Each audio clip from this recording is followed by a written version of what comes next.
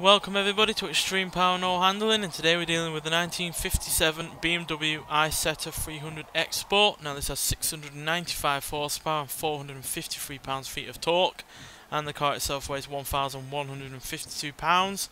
Can do 0 to 60 in 5.561 seconds and 0 to 100 in 7.683 seconds, going up to a top speed of 162 miles an hour. So yeah, this is the second oldest car we've had on this series so far. It's the smallest car on the game. I'm pretty sure it's the lightest car on the game, and yeah, it makes that Abarth 595 from a couple of episodes back look like a SUV, quite frankly. So yeah, hell of a lot of power to put in this car. We could only originally in previous Forza games from Horizon 3 or Forza Motorsport 6 put about 292 horsepower in it. So yeah, we've got a lot more power in it than we have done in previous Forza games. But obviously we're also dealing with the rainy conditions as well, so yeah, lack of traction is really going to be an issue, because as you can see, those wheels are not very big, and then obviously you've got the weird setup at the back with the two wheels being rather close together. So yeah, traction is going to be an issue with the rain, as well as the extra power, and obviously it was never meant to go as quick as we're going to be getting it here. It could only do about 50 miles an hour originally. We'll probably be doing that before we get to the first corner. So yeah, nonetheless, it should be interesting to see what this car can do, and whether or not it will be the last place car in this series. So yeah, let's take it out there and see what it can do. Now that Abarth was a bit of a you know, troublesome car to drive, with it lifting up the front and having wobbly suspension, but I suspect this will be even more difficult, quite frankly,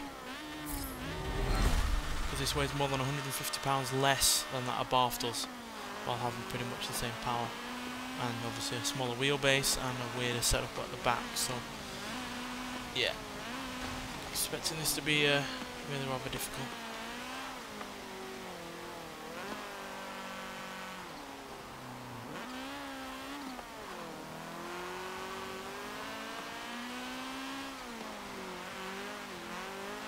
So far it is behaving itself though.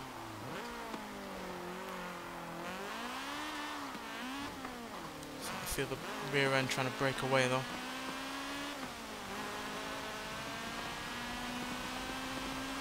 Doing more than twice what this car could do originally then.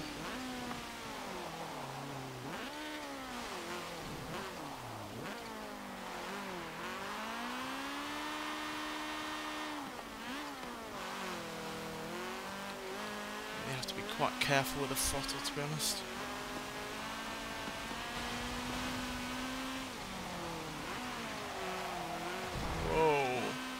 Massive oversteer moment there. And obviously we've got to look out for the puddles as well, because this is even smaller than that Abarth, and yet from a couple of episodes back, and yet the puddles are way bigger than this. So they were way bigger than the Abarth as well. So this is basically going to be going out lake boating if it goes near those puddles.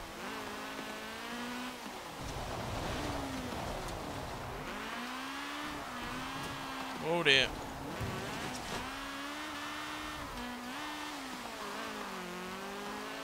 So yeah, 1 minute 41.014 there. That's easily, I think, the worst first lap time we've had on this series so far.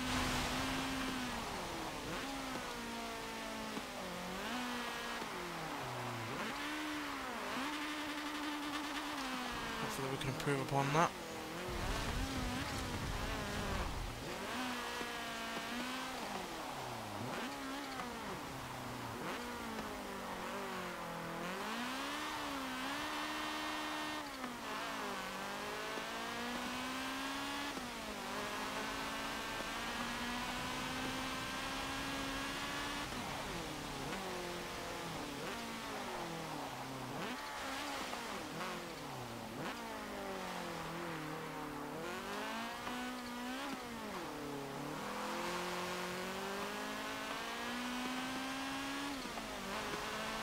I have to say it's remarkably more controlled than that Abarth is. Obviously it's a bit tentative at the rear end, and I do feel like if I were to push it even harder it would start to spin out. But the front end is not lifting up.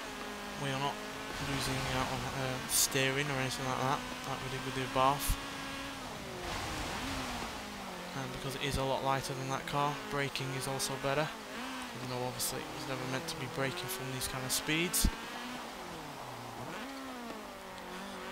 did do a stock test around this track with this car, and yeah, the best lap time I could get on the first lap was around 2 minutes 29. So, and, yeah, we were barely doing 50 mile an hour apart. So, yeah, not the greatest of cars, stock wise. And yeah, I missed the lap time then, but I'm sure it was quicker. So let's just keep going.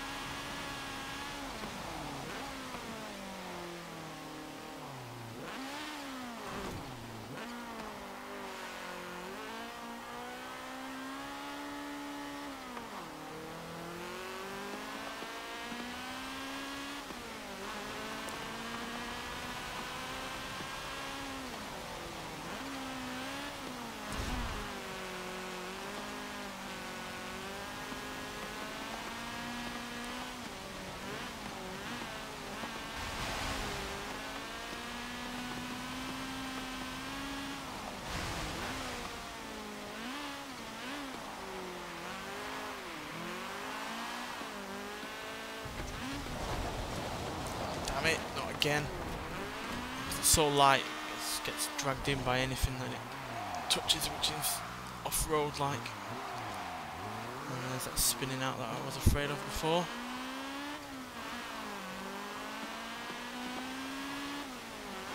Yeah, that best lap is not far off the Abarth. It's only about 0.3 of a second, so if we can improve by that much or so, then we should beat it, which would be a big surprise because of how, you know, incapable this car really is in terms of how it looks, and considering how much more power it had than originally. Because this stock wise had 15 horsepower less than that Abarth did when it was stock, so yeah, seriously underpowered compared to the Abarth even when stock. So to beat that car with even less power than it when upgraded would be a good thing. We are struggling. Yeah, it's that small wheelbase with the rain and the extra power that makes it hard to get back under control once we need to get going forward.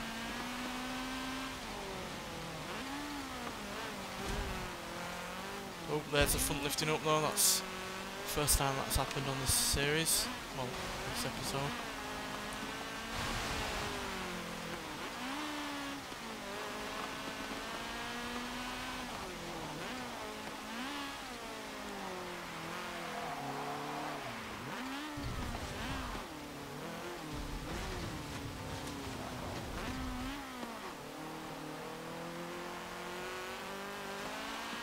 Try and make the best of this the final lap.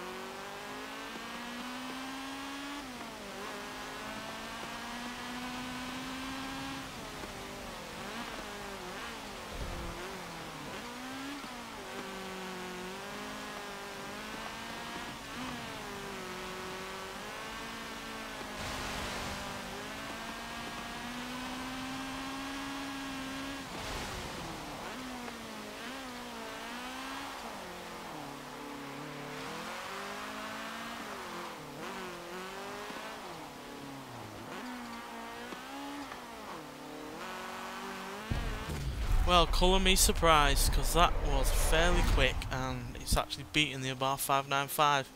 It is unfortunately the only car that it's beaten on this series, but the fact is, this small, really rather underpowered car that was stock, only 13 horsepower for instance, and now it has nearly 700, to be that quick, and that overall controllable, because, you know, it was really rather controllable. As you can see, the AI is struggling though with it. It's going around in donuts on the grass. But yeah, it's a tricky little car to control, and if you do, you know, constantly floor it on the throttle, you will spin out like the AI is doing right now, because throttle control and the AI really don't go together. But if you keep it the throttle under control, you keep it, you know, fully on the throttle all the time, and you know, you moderate it in time, and you drift around a corner when it feels like it's going to, you know, step out, then you will be able to control it. And it only lifted up at the front the once, and I think that's purely because I slightly cut the follow through. So yeah, it's far more controllable than I was expecting it to be, especially considering from previous games it's been a handful. So whether or not the handling physics have been changed to such an extent that it's a bit more of a controllable car, or I somehow have gotten better, I don't know. But either way, it has beaten the Abarth 595, so it isn't the last car in this series, and quite frankly, it's only about 1.6 seconds off the Lamborghini LM 002 from the previous episode, which is obviously an all-wheel drive SUV with more than 1,000 horsepower. So yeah, fairly impressed by this, even if it isn't, you know, the quickest vehicle on the series by any stretch of the imagination. But yeah, far more controllable than I was expecting it to be, and yeah, not stone dead last. Anyway, thanks for watching, and I'll see you in the next one. Bye.